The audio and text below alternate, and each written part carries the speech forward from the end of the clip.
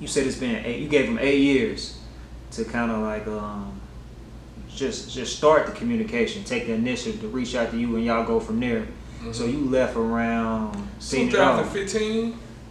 Is that Seen It All? Or is that before that? That's No, Seen It All was way before that. I mean, I left way after Seen It All. When did you leave? I left. When did he start doing the Bankroll Fresh? All there and all that. I was gone. Because if I was there, I would have never did it. Why you say that? Just a call, like all of a sudden you want to f with this man when he dead? What song they had before he died?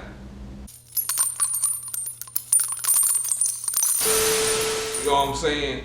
And like anybody that can tell you, like even my cousin Coach, like when him and Jeezy left, when he left Jeezy, you gotta understand he went to work for Rocco and Gucci Mane. And he looking like you messing with the op. I mean, he was messing with the ops, but you can't. Not Rocco, but you know. Yeah, Gucci, but you can't even say that because Coach K is Coach K. You know what I'm saying? Coach K is business.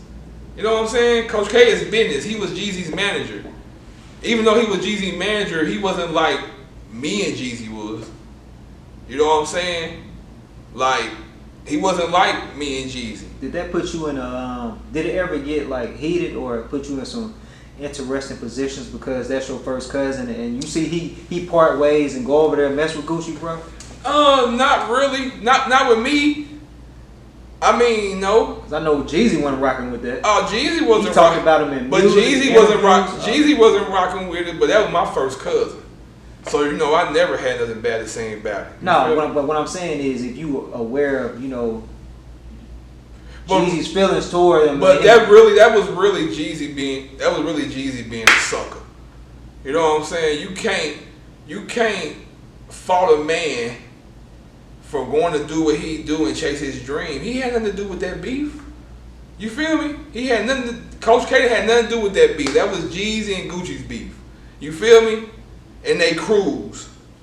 Coach K was his manager. Coach K was his business partner. You feel me? That's like, okay, say Coach K worked for Def Jam, and he was put to work Jeezy's album and Jeezy project. Just cause he worked Jeezy project, that makes him a part of the beef that Jeezy got in the streets. No, that ain't what I'm saying. But I know what you're saying. But I'm just putting that in perspective. Like what Coach was doing, that was Coach. He's supposed to do that. Now by Jeezy looking at him and putting him in songs, cause you fucking with the other side and all this, you can't do that. Cause Coach was just your manager. He helped you with business. That don't mean he take on your street shit. You feel me? Now, when it comes to somebody like me, I was part of the crew. I was part of the street shit. You know what I'm saying? When Coach left and I didn't go, I didn't leave because me and Coach never had a conversation about him and Jeezy splitting ways and what's the next move. Me and Coach never had a conversation to this day about that shit. You know what I'm saying? That's surprising, man. But you gotta understand, it was like a job. Just say Coach gave me a job at a Fortune 500 company, right? And they happen to get rid of Coach. I'm supposed to follow Coach and quit? I'm still gonna do what I was put here to do. But I never knew. See, one thing about me and Jeezy, we never talked about him and Coach or him and Kinky B. You feel me? We never talked about them two and what they had going on. Only thing I knew is Coach wasn't coming around no more. You feel me? All I knew is Kinky B wasn't coming around no more. But Jeezy never came to me and was like, fuck them niggas, fuck that nigga. You know what I'm saying? Cause for one, no matter what, Coach is my first cousin. You feel me? So I would never let Jeezy talk about him like that. And that's what I was getting at. Like, if it ever puts you in some interesting positions. It never. If he ever came at you like that. Never. Oh yeah. So, but I mean, you just clear. That's what I was asking. Yeah, never. He never came to me and was like, fuck Coach, fuck that. That's my first cousin. Me and him grew up in the same house together for years. My grandmama house. You know what I'm saying? Like from I'm a little kid to up high, whatever. We was together when Coach K got his leg shot off, I was with Coach K every day at his house. You said he got his leg shot off? Yeah, Coach K had got his leg shot off when he was in college. Some shit that went down, some people ran into their apartment and shot him and shot his leg off with a shotgun. But that's why Coach K walked with that limp. You feel me? So it's nothing nobody can tell me to go against Coach or my cousin. You feel me? I was just doing a job. I was with Jeezy. I was doing the job. I was holding him down. That's what I was brought to do. He embraced me like a little brother. I had loyalty to him. But my loyalty to him was never more than my loyalty to my family. But didn't you say it was like a brotherhood though? It was a brotherhood, yeah. You said he called you his little brother. Yeah. Did you look at him like a big brother? Man, anybody who Jeezy, yeah, I look at him like a big brother. But yeah. you said you was doing a job though. Yeah, I was doing a job, but you see what I'm saying? I was doing a job, but it was. Sound like it's deep. You can still do a job. You can still do a job and still have brotherly bonds with people. You know what I'm saying? But at the same time, I knew my job was protect the captain of this boat. Without him, this boat don't move. And anybody around Atlanta and anywhere else knew if they seen me with him, I was gonna make sure he was straight, no matter what. If we got to something, if we got to something, the police come around, I'm taking the charges. Yeah. You know what I'm saying? If something happened, I'm taking it. Like, no, it's me. I got it. This is me. And that's why he always did what he was supposed to do to me. Like, I don't know what else he did for everybody else, but I know every time I caught a case, I always went to court with 2 or 3 lawyers. No, for sure. You know what I'm saying? He always bailed me out. I looked out for you. He like I can't speak for what he did for everybody else, but I can speak for what he did to me. And it's some shit I would never take away from him because he kept it real on some aspects, and some aspects he did. Man, let me ask you this. So you said it's been you gave him 8 years to kind of like just start the communication, take the initiative to reach out to you, and y'all go from there. Mm-hmm. So you left around 2015. Is that Seen It All? Or is that before that? That's No, Seen It All was way before that. I mean, I left way after Seen It All. When did you leave? I left. When did he start doing the Bankroll Fresh shit? All there and all that. I was gone. Because if I was there, I would have never did it. Why you say that? Just a cause. Like all of a sudden, you want to fuck with this man when he dead?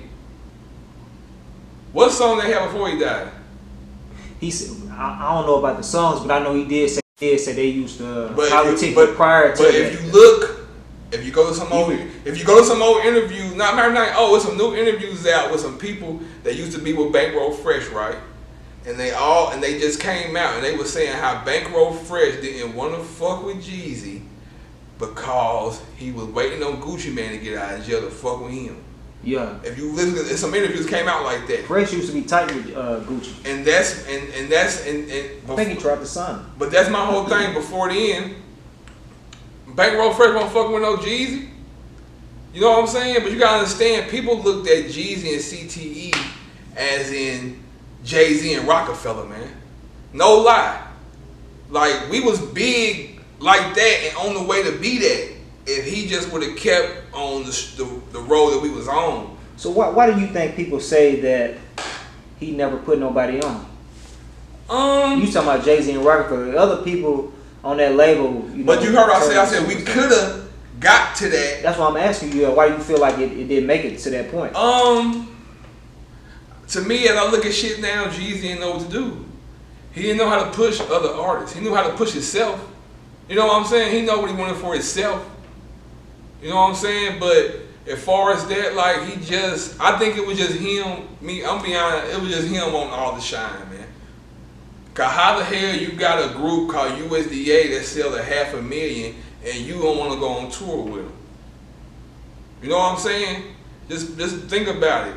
These folks did $500,000 with no promo. $500,000. All you had to do was go on tour, and it probably would have went platinum. That was on a major label, though, right? Def Jam. Yeah, exactly. Yeah, it was on Def Jam. But you said they didn't push it. We pushed it. They didn't want to do white girls.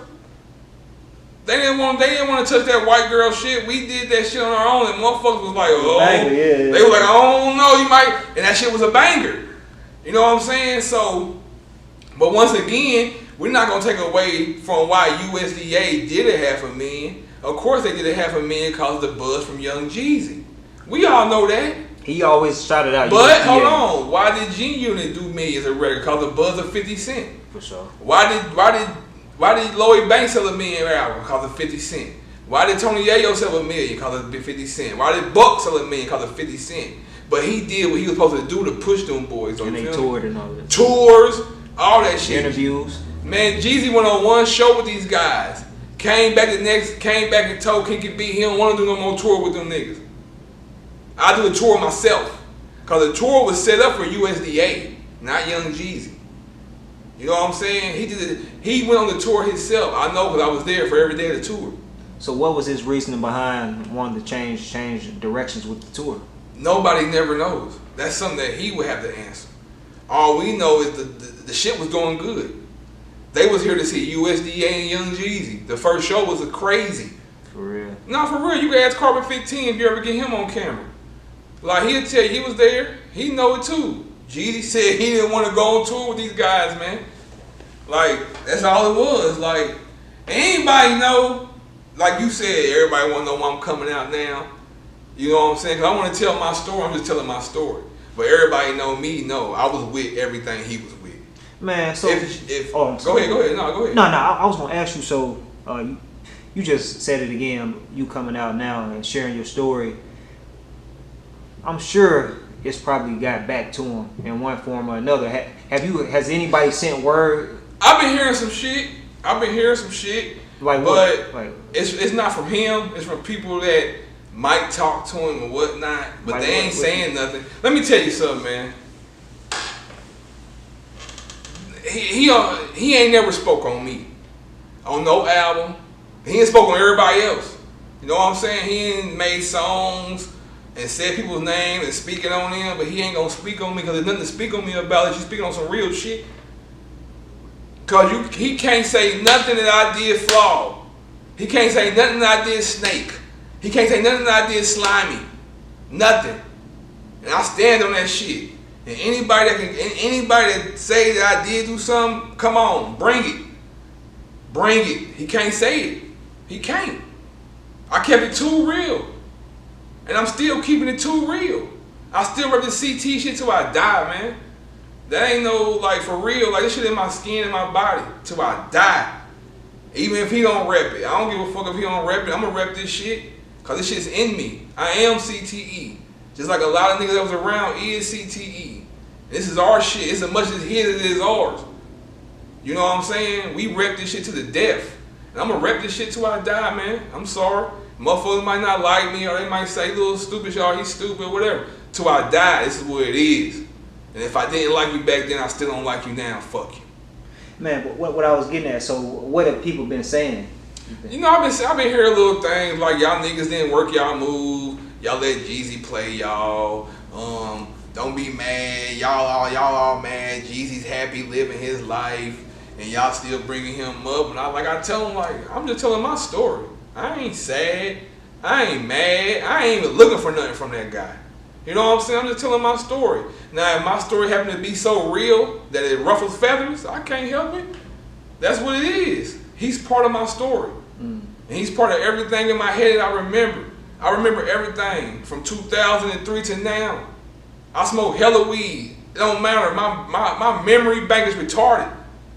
Like, I remember everything. I remember the first day I met this nigga. You know what I'm saying? Driving a 645 BMW.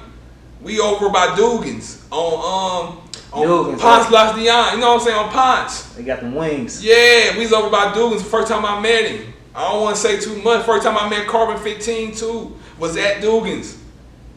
And Jesus in the 645. I think Carbon's in a brand new Chevy or Dodge Ram or something. And matter of fact, across the street used to be Marco Peter. That was our homeboy, Marco Peter. Shout out to him.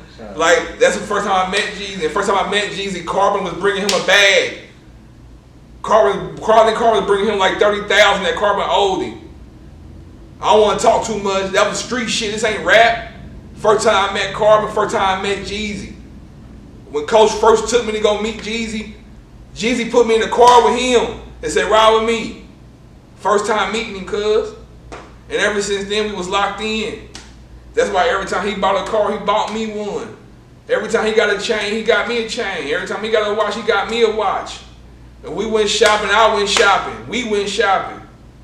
You know, I'm a big nigga, so I couldn't wear Neiman Marcus shit. I can't wear Nordstrom shit. You know what I'm saying? So so that's what it was. But, like, for real, like, This shit deeper than rap, man. This shit deeper than rap.